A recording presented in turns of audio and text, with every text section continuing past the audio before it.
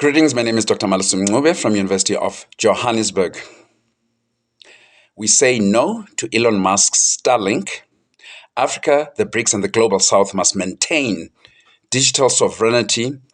All of America's and Europe's military assets, IMF, World Bank, NATO, CIA, digital satellite spy networks must get out of Africa. And the youth of Africa must keep on repeating this message. We do not want imperialists in Africa. The United States has hundreds of military bases worldwide and would love to have one in South Africa. However, because of South Africa's political positioning, this is not viable. This is where STARLINK comes in. It's a Trojan horse. Proponents of Elon Musk's satellite internet presence is not a solution to rural disconnection, a godsend for farmers, rural clinics and school children. But STARLINK is not just bandwidth in South Africa or any part of Africa. It is a Trojan horse designed for the 21st century American domination. American domination is declining. So the way to reinforce it, it's an integrated system of military capabilities by STARLINK. If and when South Africa opens its airspace, it will find that securing our borders is the least of our problems. South Africans will discover that sovereignty leaks not through borders but through satellites. This is the recolonization of South Africa. This is the recolonization of Africa. Besides, to make it worse, we don't have independent digital infrastructure. You have your Google, you have your Apple, you have your Facebook, you have your Amazon, you have your Microsoft, and Africa does not have its own independent digital infrastructures. STARLINK pretends to be a neutral service provider, but neutrality is fiction in geopolitics. While its marketing speaks of farmers and learners, STARLINK's parent company, SpaceX, is neck deep in the US military industrial complex. SpaceX holds Pentagon's contracts for missile tracking and battlefield communication. Africa, be very careful. Its satellites are integrated into NATO-linked defense networks. We saw what NATO did in Libya. We saw how NATO disallowed African presidents to go and negotiate for peace in Libya. And under the Star Shield program, it is actively developing military-grade space capabilities.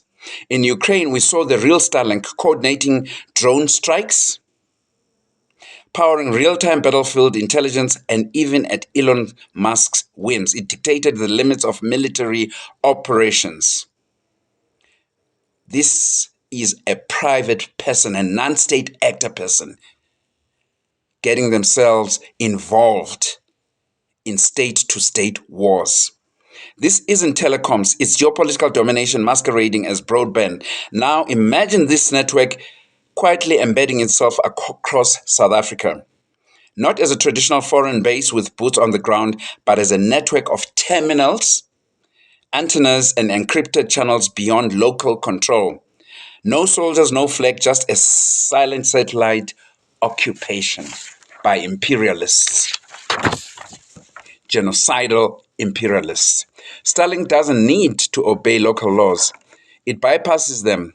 Ground stations may be offshore or in neighboring states. Traffic is routed through US control channels. When STARLINK lands, ICASA will be rendered irrelevant, sidelined by a network that answers not to Pretoria but to the US and Pentagon. Forget the black economic empowerment requirements. Your honorable members in the parliamentary committees can discuss them vigorously amongst themselves. In practice, this means any embassy, NGO, or mining company using STARLINK would be operating in a digital enclave communicating independently of the state, shielded from scrutiny and free from South Africa's jurisdiction. Now we're talking about treason. Now we're talking about an architecture that can simply apply regime change and put puppets that they want. In practice, this means any embassy, NGO, or mining company using Starlink would be operating in digital enclave, communicating independently of the state, shielded from scrutiny and free from South African jurisdiction. This is the erosion of digital sovereignty, which anyway we seriously do not have. And it's happening under the radar, literally across Africa right now. NGOs operating in conflict zones or resource-rich regions now rely on Starlink. This creates a parallel communications infrastructure, fast, encrypted, and entirely unaccountable to the host state. These terminals can communicate across borders without touching local networks, making them invisible to regulators, security agencies, and even policymakers, meaning that Africa as a neo-colonial continent, as we are right now, will even be in a worse off situation because there is no way we are going to be able to dislodge them. In practice, this means that foreign-funded NGOs, mining firms, and diplomatic missions can operate within South Africa but outside its digital jurisdiction. So you see the interface and the integration of business and politics and intelligence and the military